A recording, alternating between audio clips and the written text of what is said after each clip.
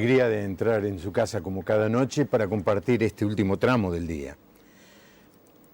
Uno tiene sueños, se presenta proyectos, objetivos, y uno era el de tener a Diego Valenzuela en el estudio para poder charlar con él. El año pasado lo invitamos a raíz de sus dos grandes libros de historia, de Sarmiento y de Belgrano, pero no pudo ser. Pero hoy es, porque está Diego Valenzuela con nosotros. Apenas usted vea su cara va a reconocer el nombre con el personaje y vamos a charlar con él de un montón de cosas. ¿Qué tal, Diego? Bienvenido. Muy bien, un placer enorme visitarte, Juan Pablo, un gusto.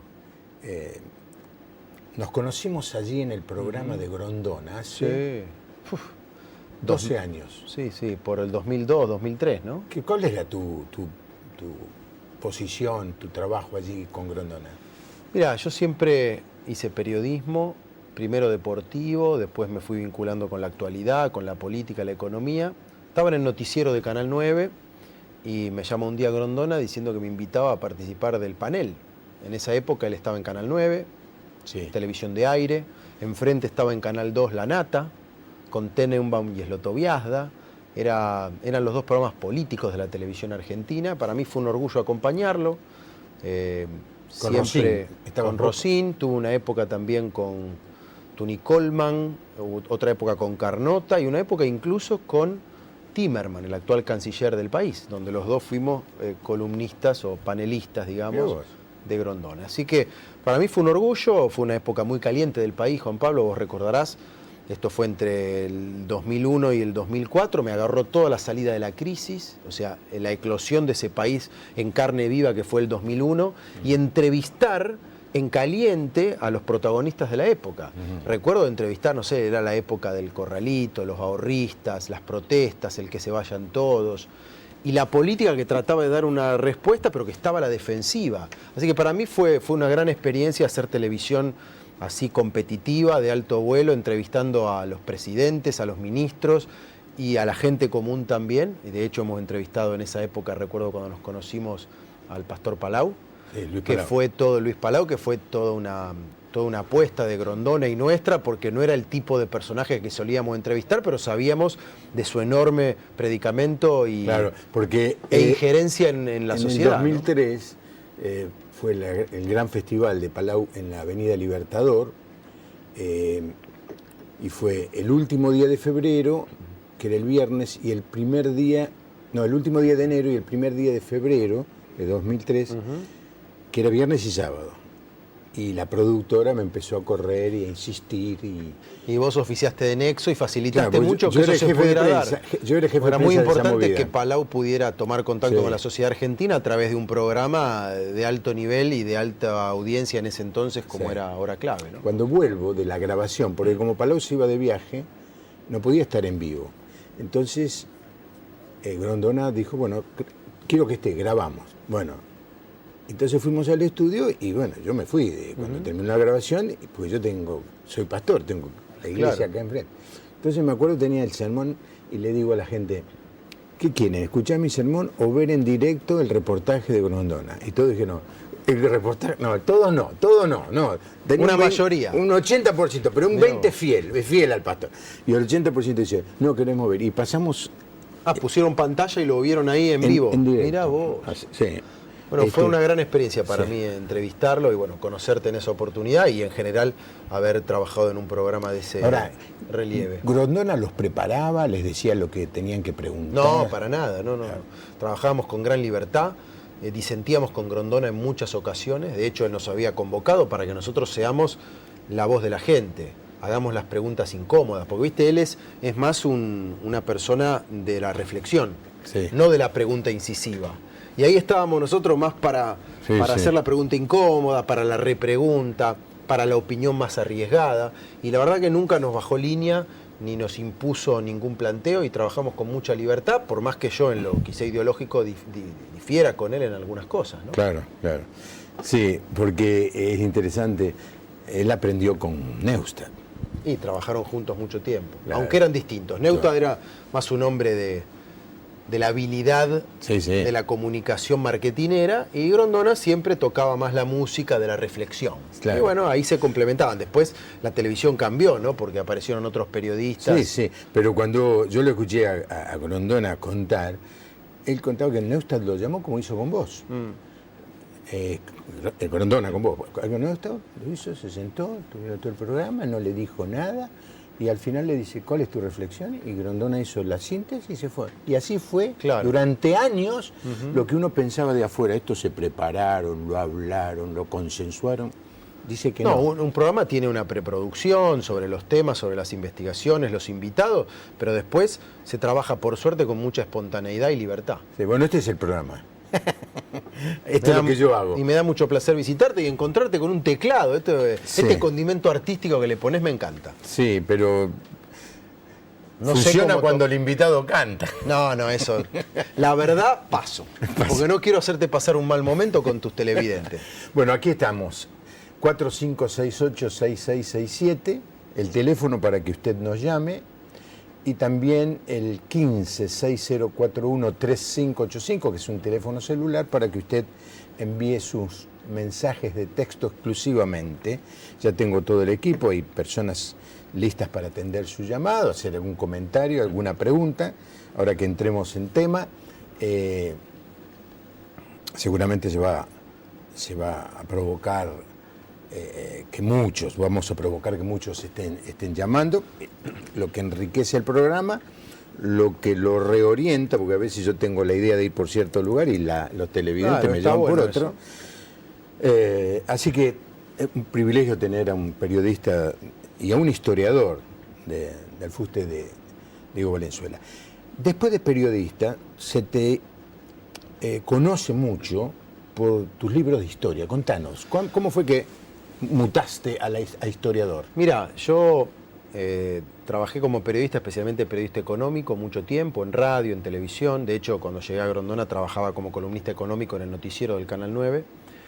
Y después, viste, siempre uno con las ganas de formarse. Yo soy una persona muy curiosa, muy inquieta. Siempre trato de conocer más, de aprender. Quería hacer una maestría, algún estudio de posgrado. Yo había estudiado una carrera de grado que era economía, ¿no? Yo me crié acá en 3 de febrero, muy cerquita de donde ahora estamos, y estudié economía, y después dije, ¿qué puedo hacer? Y me di cuenta que la historia era como un lugar social donde se encuentran casi todos los temas, ¿no? El urbanismo, la religión, la política, la economía, la cultura. Y no sabía tanto de historia, pero al estudiarla en la Universidad de Itela me maravilló. La historia te da herramientas, te da mirada, te da perspectiva. Conocer la historia, me parece a mí, como ciudadanos, es fundamental para encarar el futuro. Y bueno, me puse a estudiar, hice la maestría que te lleva 2 años, después hice una tesis sobre la historia de la prensa en la Argentina, y me puse a hacer programas de televisión sobre historia, divulgando la historia, diciendo, bueno, yo investigo como historiador y cuento como periodista, para hacer un cuento ameno de la historia, que no sea esa historia pesada, ¿viste? Densa, con notas al pie, no hablarle al académico, sino a la gente común, que es la que te está mirando hoy a vos, ¿no? Sí. Entonces, divulgar la historia fue mi misión. Hice un programa en TN 4 años, un programa en Canal Encuentro 2 años, empecé a escribir artículos de historia, y después de tanto investigar, de tanto reflexionar, de juntar material, me di cuenta que tenía un montón de material guardado, producto de las investigaciones, que después uno cuando hace un programa, qué sé yo hacía un programa sobre unitarios y federales, ponele, o sobre la historia de la religión en la Argentina, investigaba un montón y después se veían 20 minutos en TN. Claro. Y yo decía, todo esto que junté, ¿para qué me sirve? Sí. ¿Cómo lo puedo utilizar y compartir con la gente? Y ahí se me ocurrió hacer un primer libro. Y dije, yo tengo todo este material, ¿por qué no hacer un primer libro? Y eso fue en el año 2004, por ahí, que hice Enigmas de la Historia Argentina sobre diferentes temas de la historia del siglo XIX especialmente. Agarré corrupción, contrabando, ferrocarril, unitarios y federales, los grandes personajes de la historia, como, no sé, Rivadavia, Rosas, Roca, Sarmiento, y hice ese primer libro. Y me enganché, Juan Pablo, y dije, de golpe me encontré con que yo podía ser escritor, me descubrí escritor. con mucha responsabilidad, porque para mí escribir es algo que hacen Borges, Cortázar, Sábato, no Valenzuela. Entonces me traté de formar... No alguien de 3 de febrero. Y Sábato es de 3 de febrero, ¿no? Y lo hizo muy bien. Santos lugares, claro. Y sí, Marco señor. de Nevi también, de Saespeña. Sí. Mirá vos. Pero bueno, y ahora tengo 4 libros y me encanta divulgar, trato de escribir bien, pero además trato de transmitir, o sea, transmitir una historia que es compleja, con palabras sencillas, ayudando a la gente a que pueda reflexionar. Es decir, no darle... Juan Pablo, las cosas ya masticadas a la gente. Decirle, mira, la historia tiene claroscuros, tiene contradicciones, los personajes a veces cambian, no son ni buenos ni malos. Yo te cuento las cosas que yo veo de la historia y después vos sacás tus conclusiones. Claro. Y eso es lo que hice, por ejemplo, últimamente con Sarmiento y con Belgrano. Uh-huh. Yo creo que uno de los problemas de los argentinos, no sé si coincidís conmigo, Diego, es que nos especializamos en repetir los mismos errores. Dice que el hombre es el único animal que tropieza 2 veces con la misma piedra. Sí. Y nosotros tropezamos 3, 4, 5 veces. Parece que no aprendemos. Y vos dijiste, en lo que nos estabas diciendo, que la historia sirve para aprender, sirve para reflexionar. No para hacer partido. A ver, yo soy de Sarmiento, no, yo soy contra Sarmiento. Eso, es una exacto. tontería soberana esa. En primer lugar, porque no está más Sarmiento, no se puede defender. Por otro lado, nuestra mirada es absolutamente limitada con el tiempo que ha pasado. Pero lo que no entiendo es por qué no aprendemos. ¿De dónde nos viene esta incapacidad de aprender, no de los errores ajenos, que eso sería sabiduría, sino de nuestros propios errores, que es mediocridad simplemente? Sí, sí, está bueno lo que planteás. Primero que me parece que hay que mirar la historia sin prejuicios. Y aprender de la historia significa no comprar a un personaje o un proceso como un paquete cerrado, no los buenos y malos. No es que Sarmiento es el bueno o el malo y Rosas el bueno o el malo. Son parte de una historia que es contradictoria, que tiene matices, y los dos son importantes, no uno o el otro. Y esto me lleva un poco a lo que vos planteás. Si ya tuvimos en la historia argentina tantas peleas, tantas confrontaciones, unitarios y federales, peronistas y antiperonistas, o sea, ¿por qué seguir en la Argentina con las divisiones? Podemos disentir, podemos debatir con pasión, pero queramos al otro, tengámosle respeto, pensemos que el otro es una persona que también puede tener razón, no siempre la razón la tiene uno. O sea, salgamos, hablando de la historia y de aprender de la historia, salgamos de esa lógica facciosa, ¿no? Yo creo que alguna gente lo entiende, otra no tanto, lamentablemente en la Argentina de hoy hay bastante de eso, pero nuestra apelación tiene que ser a la reflexión crítica, al pensamiento crítico, a ver los personajes sin prejuicios, no usarlos, como vos dijiste, manipularlos para hacerles decir lo que nosotros queremos decir, que eso a veces pasa. Esto de decir, no sé, Sarmiento para algunos es el padre del aula y por otro es el que mata gauchos. Y no es ni del todo una cosa ni del todo la otra. Entonces, creo que es muy importante esto que vos decís de no caer en el amigo-enemigo y aprender de la historia. O sea, paremos con las divisiones y con que la manera de construir un futuro mejor es destruyendo al otro. Pero esto es lo que estamos viviendo ahora. Hay algo de eso, lamentablemente. Algo. Algo, sí. Hay un país con una grieta que se ahonda cada vez más. Sí, coincido y me resisto a pensar que es una mayoría la que está sosteniendo eso. Me parece que hay una buena parte de la población que quiere un poco lo que plantea el Papa Francisco, una cultura del encuentro, una idea de que si yo vengo a dialogar con vos, Juan Pablo, no vengo a convencerte de lo que yo pienso, vengo a escucharte también, a plantearte lo mío, pero también a estar abierto al diálogo genuino, que el diálogo genuino implica que vos me podés transformar a mí con lo que vos me decís. Pues esa es la Argentina que yo quiero y no es la que veo en general en estos últimos años, ¿no?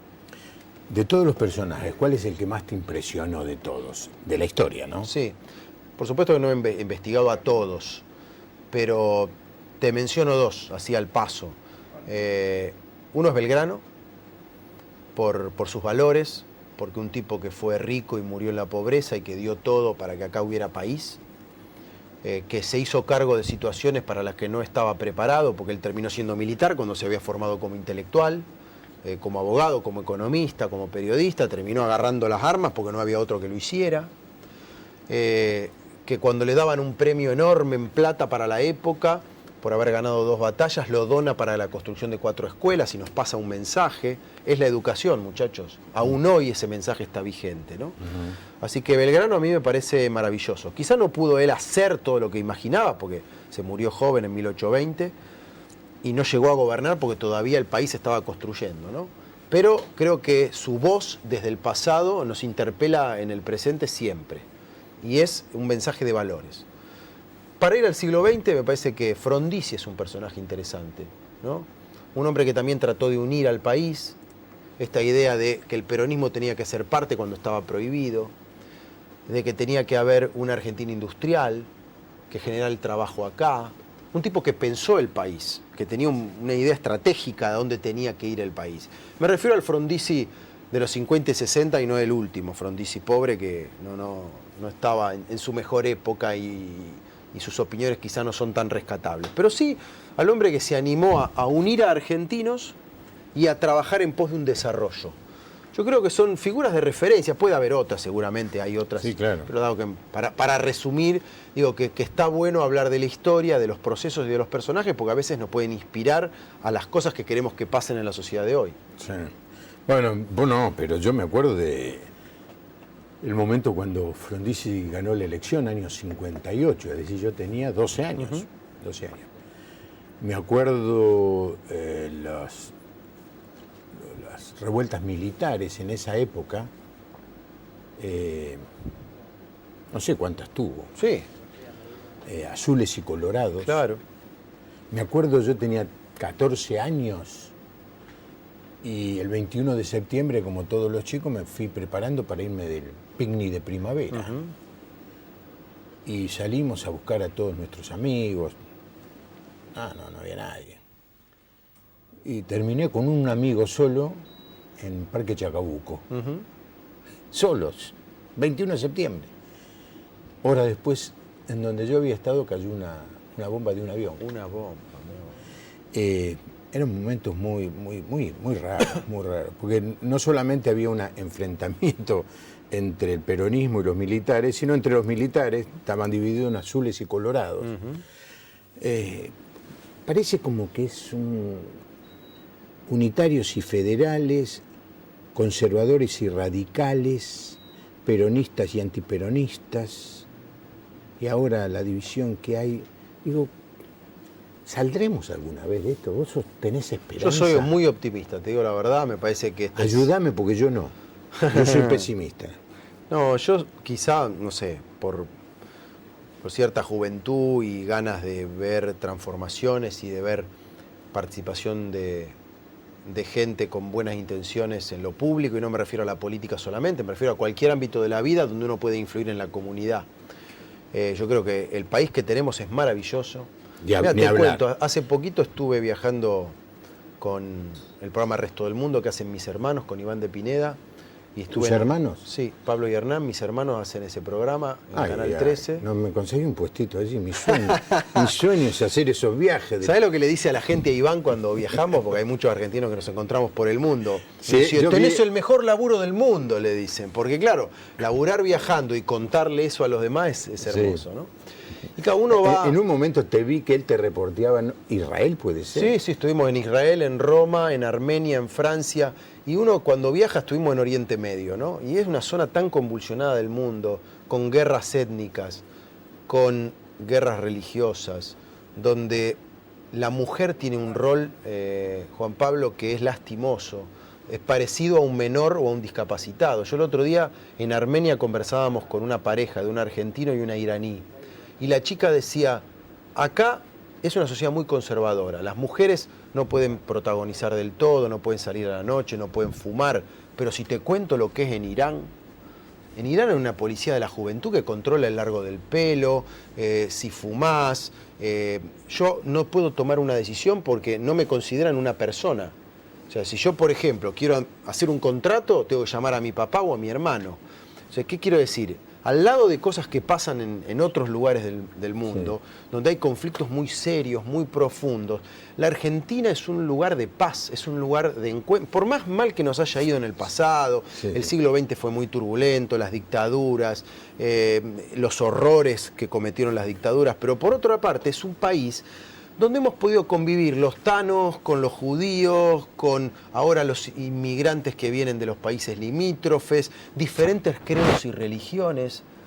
Están las religiones tradicionales, están las nuevas, cada uno puede desarrollar su fe o su vida sin tener una fe explícita. Exacto. Entonces digo, si nosotros nos pusiéramos de acuerdo en algunas cosas institucionalmente, obráramos con respeto, apostáramos por los valores y administráramos bien la plata de la gente desde el Estado, este país es maravilloso y tiene mucho para crecer. Por estas razones soy optimista, y además porque creo en la gente, creo que si muchos nos involucramos, participamos y no dejamos que los políticos nos resuelvan los problemas y nos damos cuenta que la política somos nosotros. Y no me refiero nada más a elecciones y gobiernos, sino a participar en el club de tu barrio, meterte en el grupo Scout, meterte en la iglesia, o sea, ser gente que sale de ser individuo y pasa a ser comunidad. Creo que aportando podemos mejorar mucho de las cosas que no nos gustan. ¿Querés que te diga mi opinión? ¿Cambiaste de opinión o seguís pesimista? No, porque vos me contás que la Argentina es rica, sí. Que la Argentina ha recibido con los brazos abiertos a los inmigrantes, sí. Que tenemos un sin conflictos, ¿eh?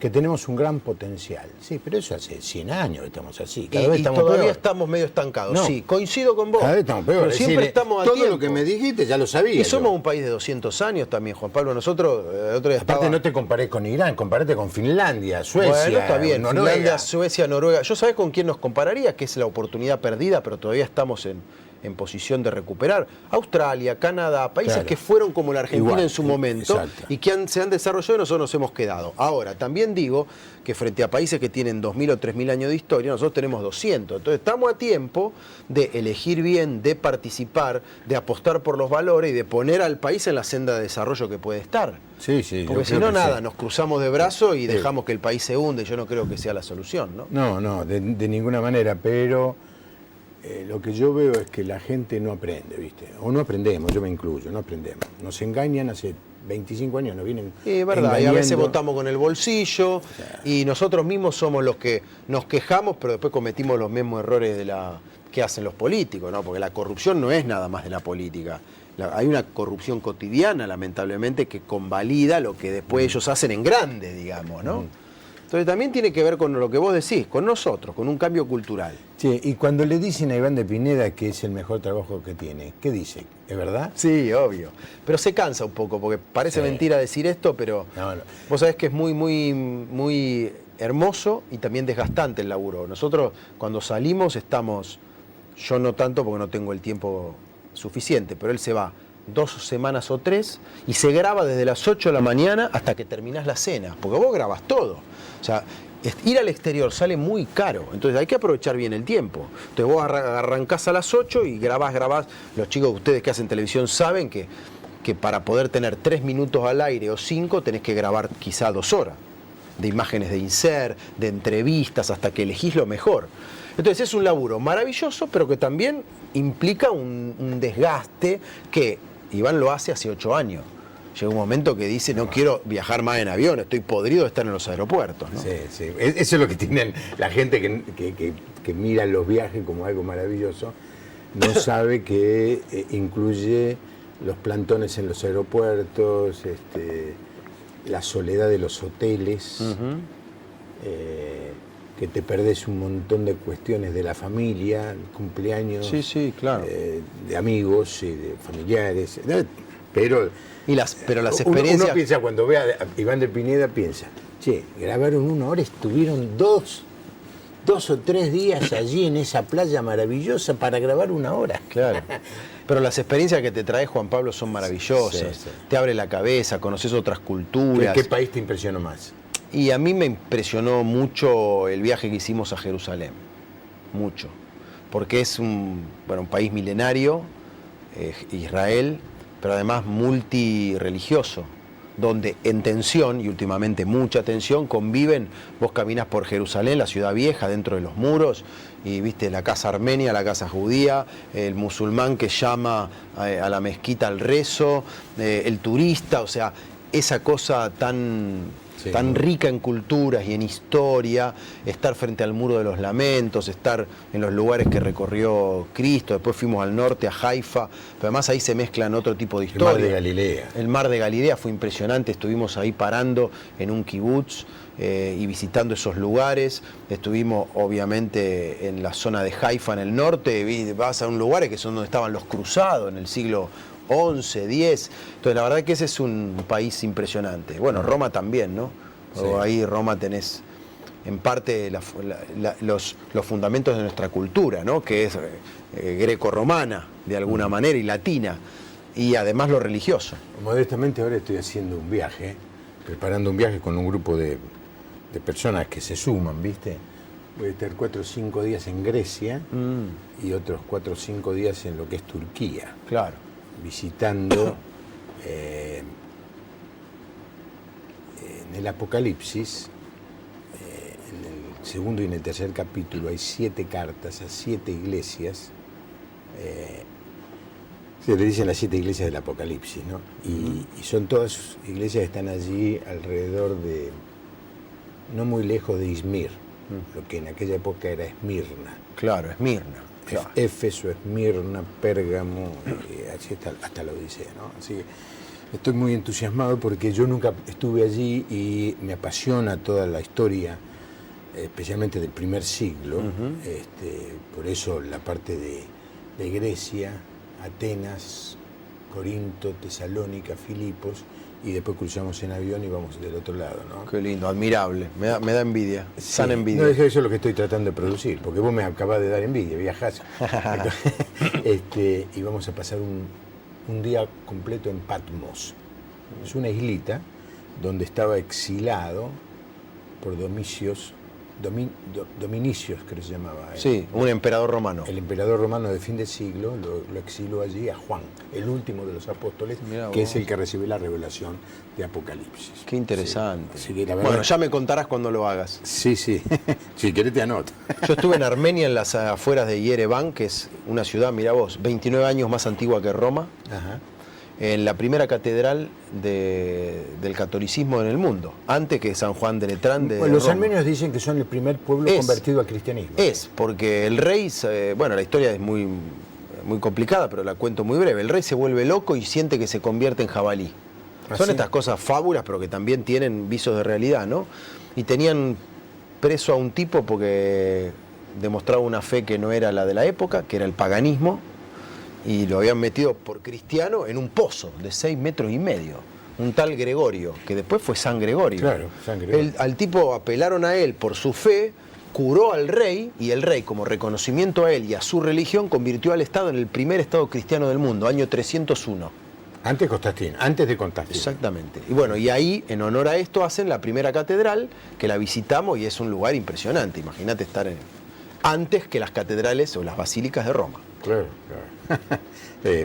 Cuando uno va a esos lugares se le cae la historia. La historia te pega un hermoso cachetazo y dice, bueno, ¿dónde estamos, no? ¿De qué origen sos, Valenzuela? ¿Qué suena?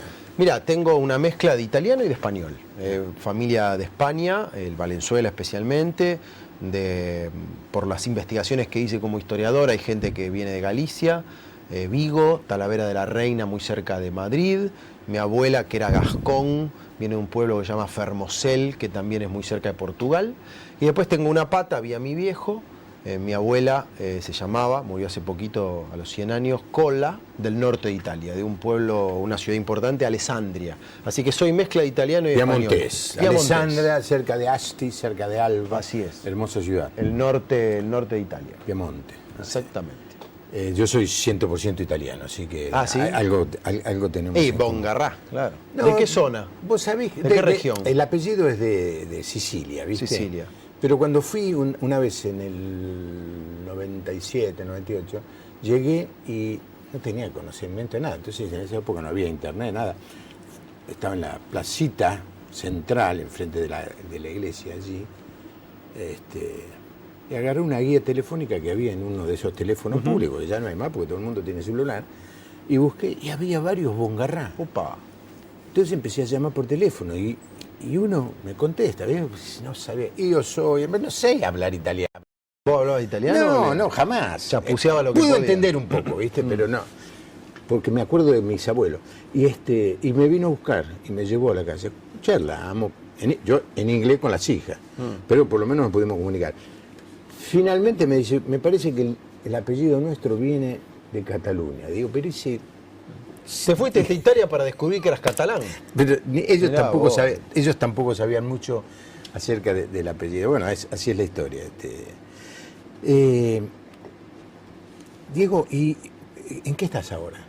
¿Ese es tu trabajo, hacer historia? No solamente. Digamos, por un lado, he suspendido un rato la parte periodística, me involucré en lo público hace varios años ya. Sigo trabajando como divulgador porque no está reñido con la actualidad. Viajo de vez en cuando con el resto del mundo, escribo artículos de historia. Últimamente no he tenido el tiempo, pero trato de seguir haciendo libros. Pero tomé una decisión vocacional de dedicarme a la política, de involucrarme en las cosas públicas. Me convocaron, estoy trabajando en la ciudad de Buenos Aires, en un área que me interesa mucho, que es el AMBA. Soy funcionario público y es una gran responsabilidad, hermosa responsabilidad trabajar para la gente, entender que uno tiene que ser parte de la solución de los problemas de los vecinos, aquí en la ciudad de Buenos Aires en este caso, por más que yo soy bonaerense de 3 de febrero, y trabajando en tratar de unir a los porteños y los bonaerenses en lo que es el AMBA, el área metropolitana de Buenos Aires. Nosotros vivimos 15 millones de personas en una única ciudad, más allá de la General Paz, que es la Gran Buenos Aires. La gente es una continuidad urbana.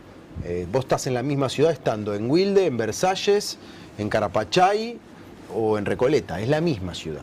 Entonces, tratando desde la capital, que es el área central de una metrópolis, de colaborar para que nos llevemos mejor con los vecinos de la provincia, que además vienen a la capital para hacer un montón de cosas.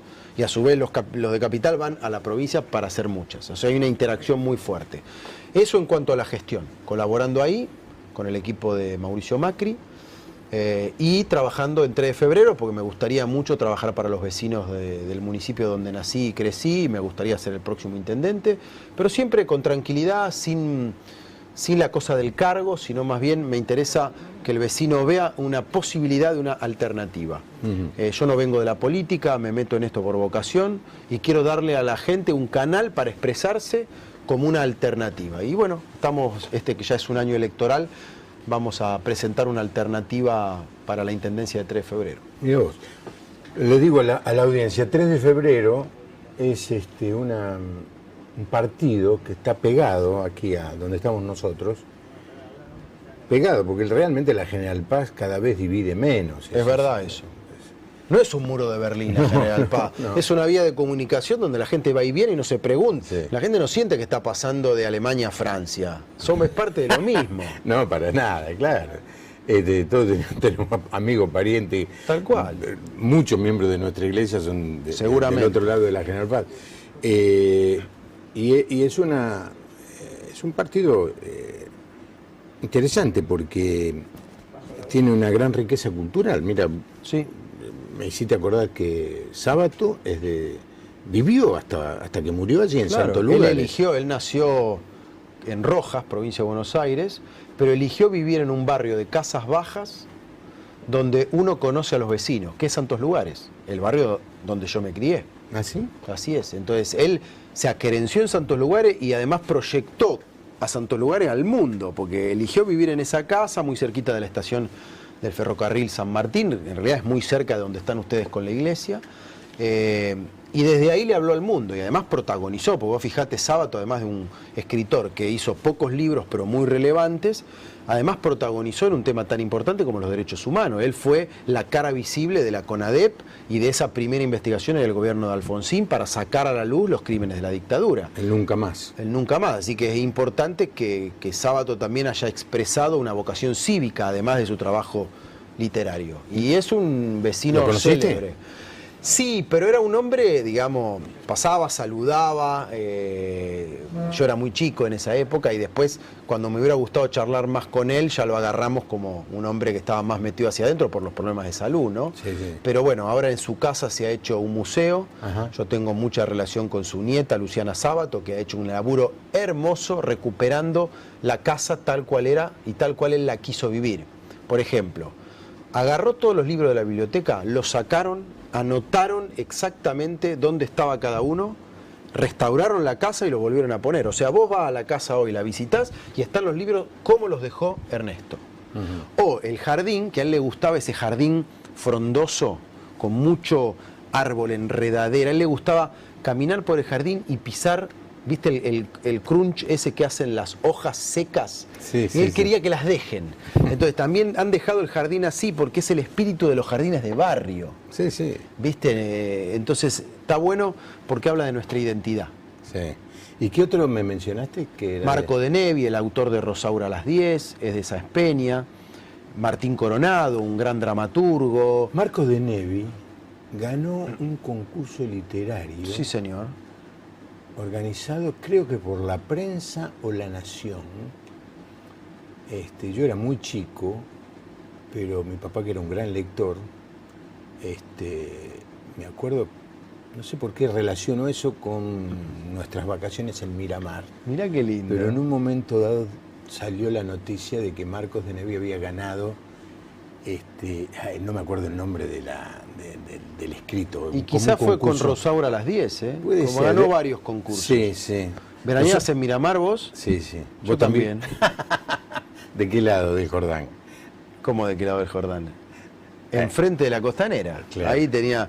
Mi viejo, bueno, con mucho esfuerzo compró un departamento chiquito en el edificio Playa, un edificio enorme, tipo sí. pajarera, pero mucho esfuerzo, un departamento de un ambiente, después lo pudimos ir cambiando, pero la verdad que para mí Miramar es mi infancia, es el lugar del afecto y el lugar del veraneo. O sea, me formé ahí, todos los veraneos ahí andando en bicicleta, en el vivero. Amo Miramar.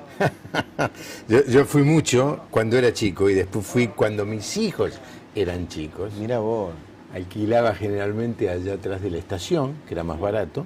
Ah, te ibas para la zona Claro. Y después iba con el auto a las primeras playas, Tamarisco, la Alfonsina, a las de la entrada. Las de la entrada donde está el... ¿Cómo es? Sí, un poquito después, sí. Un poquito Mirá después. vos, ¿de qué estamos hablando? Es una zona más agreste. Bueno, Sí. pero también habla de eso. Sí, sí.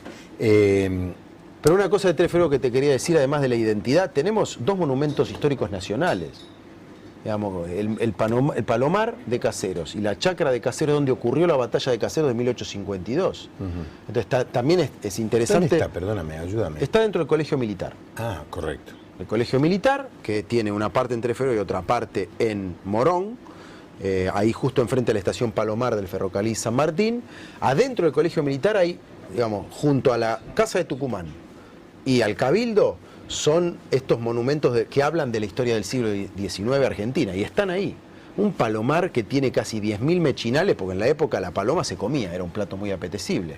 Y se puede visitar, es un lugar maravilloso que va más allá de la historia de 3 de febrero, porque habla de la historia de los argentinos, ¿no? El Palomar. El Palomar y la Chacra.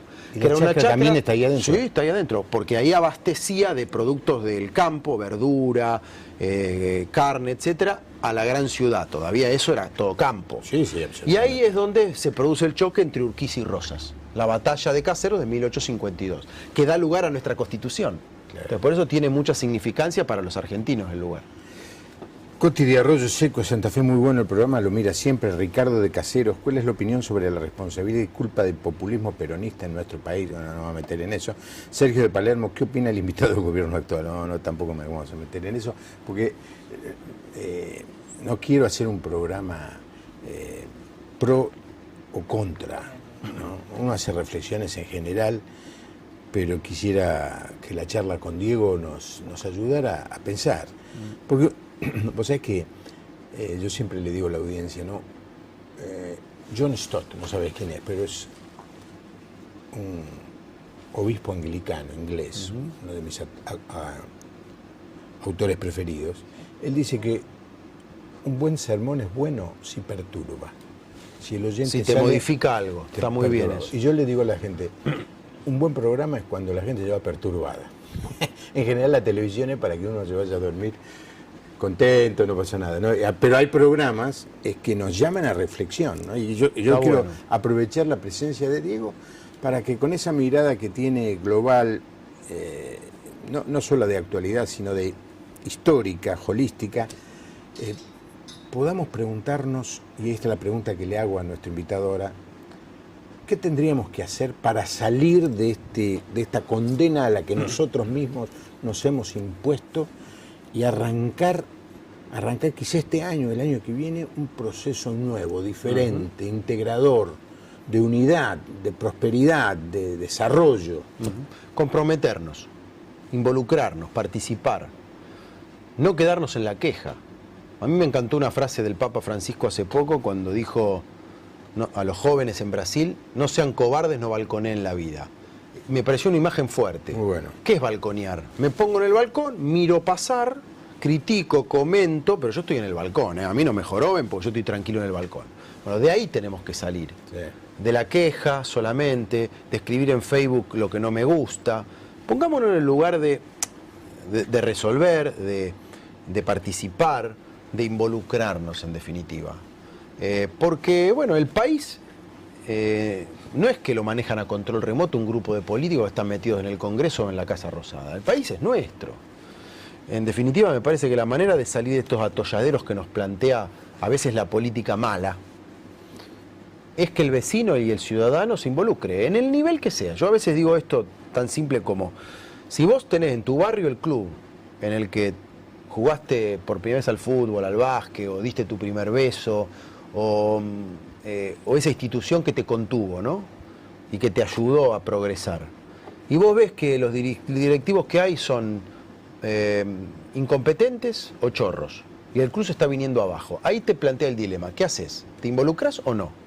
Armás una lista, una comisión directiva y vas y te comprometés quitándole tiempo a tu vida familiar, a tu trabajo, todo, y decís: 2 horas por día voy y me siento en el club, ordeno las finanzas, cuando me empieza a sobrar la guita pinto, arreglo el baño, traemos profesores para determinadas actividades y lo hago resurgir, o lo miro cómo se cae. Este es el dilema que tenemos como sociedad, ¿no? Luna de Avellaneda. Sí, o sea, el Luna de Avellaneda tiene esa cosa idílica, nostálgica de los clubes de antes. Yo, digo, más allá de la nostalgia, digo, frente a una situación que no me gusta, ¿qué hago? ¿La miro y la tolero y la comento o me involucro? Yo creo que esa es la solución para todo, digamos, ¿no? No ser quejoso, comentarista, no pensar que el otro, digamos, tiene la culpa de todo si yo no me permito ponerme en el lugar del otro y decir, bueno, a ver, ¿cómo lo haría yo? ¿No? Me parece que se puede mejorar como sociedad si además apostamos por los valores, apostamos por el amor, y esta no es una frase hecha, digamos, el amor implica considerar al otro un igual y no pensar que el otro es un tipo que te quiere joder siempre, que te quiere salir un poquito de la lógica siempre competitiva que tenemos en la sociedad, ¿no? De ganarle al otro. Juguemos al fútbol, yo quiero ganar al fútbol, obviamente, pero no a cualquier costo. Entonces me parece que hay un debate cultural y de valores que está medio pendiente, y ojalá, cuanta más gente lo quiera dar ese debate, la sociedad me parece que tiende a mejorar, ¿no? Sí, yo creo que en ese sentido la sociedad argentina es muy generosa, es muy generosa. Yo creo que la crisis del 2002-2003 no explotó en algo mucho más cruel y terrible por la acción de los grupos de servicio sociales. Sí, claro, una contención. Las ONG, parroquias católicas, iglesias evangélicas, sociedades de fomento, clubes de barrio, que se abrieron, empezaron a dar de comer, dar un plato a la gente que no tenía completamente ni para comer. De acuerdo, sí. Y eso fue quizá, de la parte negativa de todo ese proceso, fue algo extraordinario, como que la misma sociedad se sacudió la inercia. Sí, tenía anticuerpos como para hacerse cargo de una crisis, sí. Y salimos. Ahora me cuesta ver ese mismo involucramiento en lo político, llamémoslo así, ¿viste? Porque es como que estamos muy asustados o muy señalados, el que se mete en política. Bueno, pero no hay que tenerle miedo y hay que vencer esas. Mira, el miedo es nuestro peor consejero. Obviamente el miedo también es a veces una advertencia que nos plantea la vida. Si vos vas a cruzar una avenida que vienen los autos a 200 kilómetros por hora, sentís miedo, pero es porque sos un loco. Pero digo, el miedo injustificado es como un freno psicológico. No, yo no me meto en política, no me meto en el club, no me meto en la iglesia, no me meto en ningún lado, por miedo. ¿Miedo a qué? En A fracasar. Claro, pero entonces el problema es tuyo, de que vos no querés ser protagonista, no asumís tu responsabilidad. Entonces yo creo que mucha gente está pensando en esto, ¿no? Y hay una política cada vez más cívica. Y bueno, mi ejemplo trata de ser ese, María Eugenia Vidal, hay un montón de gente que nosotros no estaríamos en la política si la política funcionara bien. Nosotros no venimos de la política, apostamos por la política porque queremos cambiar la política. Yo siempre digo, la política no es sucia, la han ensuciado. Pero no digamos, la política es sucia y no me meto, limpiémosla. Carlos, ¿Vas a tocar o no?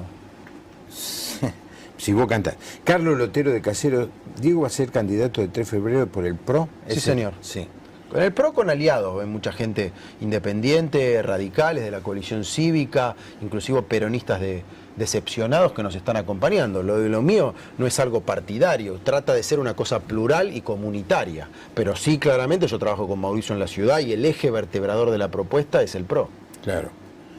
¿Cuándo se empieza a conocer esto? Porque hoy está saliendo por Radio Armonía este programa, y entonces bueno. muy buena parte de la zona de 3 de febrero puede empezar a enterarse de esto, porque salvo lo que me acababa de decir, yo no tenía la menor idea Claro, de esto. estamos empezando a hacer muchas reuniones, hablando con el vecino. Vengo ahora a una reunión en Villarrafo, tuve una reunión ayer en Pablo Podestá. O sea, contactar al vecino para que el vecino sea protagonista y ofrecerle una propuesta para cada una de las localidades. Obviamente esto corona en agosto, cuando es la primaria, la PASO, donde vamos a llevar una propuesta para los vecinos, y en octubre, donde ya se eligen los cargos electivos, ¿no? Claro.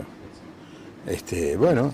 Pero estamos en marcha, sí. Yo hace 2 años que estoy trabajando y ahora ya es el momento de la gente decirle, pedirle el voto y explicarle por qué le estamos pidiendo el voto y a dónde queremos llevar el municipio. Y de cultural, ¿cuál es tu vertiente cultural? Porque me decís que yo toco el piano, pero... Mi vertiente cultural es, me gusta mucho el teatro, estudié teatro hace algunos años, cuando era más joven, hoy tengo 44, a los 20 y pico, me gusta mucho la literatura, me gusta leer, ahora tengo menos tiempo obviamente, pero mi vertiente va por ahí especialmente, ¿no? Soy un aficionado a la música, pero no protagonista, no de cantar ni de ejecutar, pero especialmente esto, la literatura, el ensayo, el teatro. El teatro a mí me moviliza muchísimo, la verdad. Y te quiero agradecer algo acá, que el otro día vos me hiciste ver y me puse a investigar, que es la recomendación sobre William Morris. Mirá. Porque, viste, uno lo tiene ahí como en la nebulosa, sabés que es un barrio, sabía más o menos quién era, pero vos me hiciste un comentario y yo, como soy un tipo curioso, salí rápido a buscar información y me parece que es una persona que es inspiradora. Sí. No solamente para una mirada religiosa, etcétera, sino más allá de eso como personaje, como referencia, como liderazgo, ¿no? Sí. Pues sabés que él fundó el Hogar El Alba y funcionaba en Palermo. Y en el gobierno de Perón, en la 46, 47, ya no vivía William Morris, le quitaron el lugar y hoy es el Instituto Agote. Ah, mira vos. Creo que fue Sarmiento que dijo, cuando se abre una escuela se cierra una cárcel. En este caso fue al revés, se cerró una escuela y se abrió una cárcel. Y yo apoyo y animo, yo no puedo involucrar mucho, a quienes están tratando de hacerle un juicio al Estado Nacional para que devuelva esa propiedad, para que se convierta, o sea, para lo que fue creada. Claro. El Hogar El Alba, creado por William Morris, tuvieron que agarrar en una noche a todos los chicos que estaban allí, era un orfanatorio, y los llevaron a una chacra en Longchamps, y es allí donde ahora funciona el Hogar El Alba. Pero ya que sos historiador, te quiero hacer una invitación. Vale. Vos sabés que se cumplen en este año 190 años de que la Biblia llegó a la Argentina, 190. Estamos hablando del 25, 1825. Y vamos a hacer un acto, yo soy el presidente de la Sociedad Bíblica, vamos a hacer un acto el 23 de abril en el Congreso Nacional, en el Salón Azul. Ah, qué interesante. Del Congreso Nacional, comenzando la celebración de estos 190 años de la presencia de la Biblia aquí en la Argentina. Y te quiero invitar. Me encantaría. ¿Cómo llegó? ¿Cómo llegó? Bueno, lo vas a contar ese día, no lo anticipen. Y me da intriga, ¿viste? Soy historiador y periodista. Vení, ahí está, Pablo. pero vení al acto. Al Congreso, hay que ir al Congreso para conocer esta historia. Sí, bueno, la trajeron algunos, particularmente ingleses, porque la Sociedad Bíblica Unida se creó en Inglaterra, ¿no? Y ya para pocos años después de que fue creada en Inglaterra, ya estaban distribuyendo la Biblia y trajeron un montón de Biblias aquí al Río de la Plata, año 25. 25. ¿Qué pasaba en el 25 en esa época? Y bueno, era justamente esa transición entre Rivadavia y Rosas que llega en el 27, así que claro. Una época muy, muy interesante donde todavía no se sabía para dónde iba el país. Sí. Habían armado la República del Río de la Plata, que te acordás que Rivadavia fue presidente un breve lapso, las provincias no lo aceptaron y bueno, después llegó Rosas. Eli de Formosa, felicitaciones, enriquecedora la charla con el invitado, lo mejor para Diego en su nuevo proyecto. Muchas gracias. Lo va a hacer muy bien, bendiciones. Gracias. Ana María de Casero felicita a Diego por sus propuestas y su deseo de hacer, que el Señor lo bendiga. Muchas gracias. Gracias a todos los que están viendo el programa, que llaman, y te quiero agradecer muchísimo, Diego, por molestarte. Parece mentira que se haya ido casi la hora, ¿eh? Sí, muy entretenido. Los últimos 5 es cuando el invitado canta. No me hagas esto, por favor. No, yo te agradezco a vos, porque la verdad que estaba con ganas de venir, en falta de tiempo, y ha sido un diálogo muy, muy lindo, muy enriquecedor. Sí. Una de las cosas que creo yo, Diego, que el país necesita, y no solamente yo creo, y me uno a lo que vos dijiste, es que volvamos a los valores, ¿no es cierto? Un país no se construye con antivalores. Por ejemplo, te doy un ejemplo. Para mí el juego es un antivalor. Que el Estado nacional o el Estado provincial promueva el juego es un antivalor, porque lo que yo leo en la Biblia es que Dios nos dijo que tenemos que trabajar. Trabajar. La manera de progresar, de crecer, es el trabajo. Entonces, y estamos dominados por los antivalores. Por ejemplo, ¿de dónde salen los valores? De los 10 mandamientos. Claro. Cuando alguien dice, me contaban de un ateo que leyó los 10 mandamientos y se convirtió, se volvió fiel a Dios. Solamente leyendo los 10 mandamientos. Dice, porque esto no lo hace un tipo cualquiera. No matarás, no mentirás, no codiciarás. Esos valores son los que pueden llegar a ser una Argentina nueva. Ahora, si seguimos con los antivalores, de premiar al que no trabaja. Al pícaro, al vivo, al que toma el atajo. Exacto. Si en vez de Martín Fierro nos quedamos con el viejo Vizcacha, estamos muertos. Así que yo coincido. Yo digo, te recomiendo, cuando termine el programa, le voy a regalar una Biblia. Muchas gracias. Te recomiendo que te dejes inspirar por la palabra de Dios. Este es el libro en el que se fundaron las grandes naciones. Sin duda. Este es el libro donde están los valores que necesita un país para progresar. Y este es el libro no solamente que puede servirle al país, sino que nos puede servir a cada uno de nosotros. A cada uno de nosotros, sin duda. En lo personal. Sin duda. Y lo que siempre le digo a la gente que viene, hay un texto, y te dedico ese texto, pero se lo digo a todos los que vienen, o sea que no es muy original. Dice, no nos cansemos de hacer el bien, porque algún día cosecharemos si no desmayamos. Si no desmayamos. Traducido, no nos cansemos de hacer el bien, porque algún día vamos a ver el fruto del trabajo, pero no tenemos que bajar los brazos, desanimarnos, dejarnos dominar por el temor. Y ese... Está buenísimo. Si me permitís, lo voy a usar, porque la verdad que es una imagen potente de lo que yo trataba de decir con muchas palabras y vos lo resumiste bien en esta frase. No, es un texto del apóstol Pablo.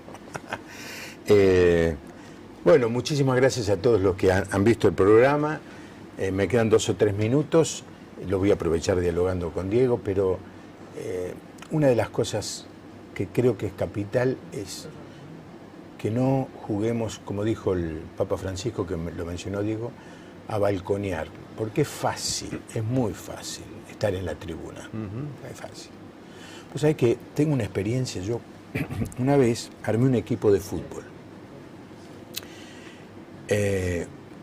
y nos anotamos en un campeonato que se hacía en el Club Liniers, hoy la intersección de acceso oeste con la General Paz, Club Liniers. Y vamos al equipo, éramos pibes nosotros, y vamos y nos toca jugar contra unos personajes que yo había admirado, gente grande ya. Vos ni sabés, un win derecho de River, Vernaza. El compañero era el win derecho de Independiente y de la selección, Micheli.